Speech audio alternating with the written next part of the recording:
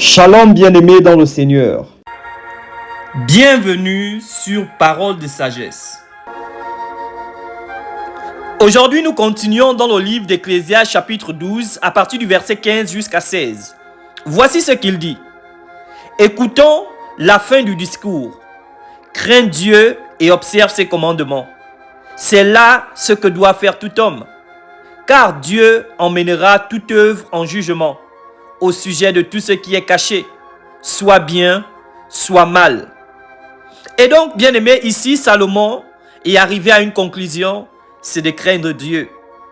Oui, bien aimé, Salomon est celui-là qui a tout fait, qui a tout touché. La parole de Dieu nous dit, tout ce que ses yeux ont vu, il a goûté et touché. Mais sa conclusion est la suivante. Crains Dieu et observe ses commandements.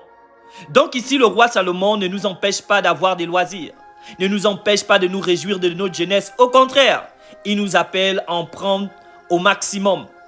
Mais il dit que quand tu poses tes œuvres, rappelle-toi d'une chose, que tout ce que tu fais sera amené en jugement. Et là encore, le jugement, il est différent parce que le chrétien ne sera pas jugé pour aller en enfer. Le chrétien sera jugé pour recevoir une récompense. Donc, prends soin de ta jeunesse.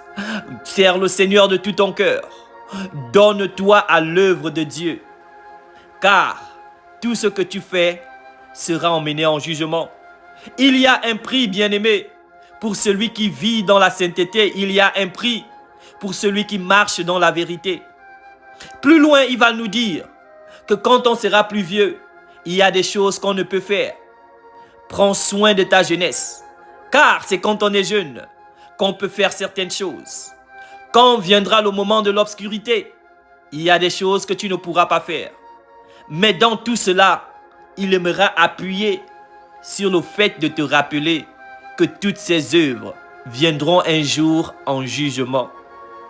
Père éternel, nous te bénissons. Merci de nous rappeler sur l'importance de te choisir premièrement, sur l'importance de choisir nos œuvres avec crainte et de savoir que ces œuvres viendront un jour en jugement. Aide-nous par ton esprit à marcher dans la vérité, car ce n'est ni par la force, ni par l'intelligence, mais c'est par le Saint-Esprit. Nous croyons, Père éternel, que nous sommes capables de t'obéir, car à toi le règne, la puissance et la gloire, dans le siècle des siècles. Amen.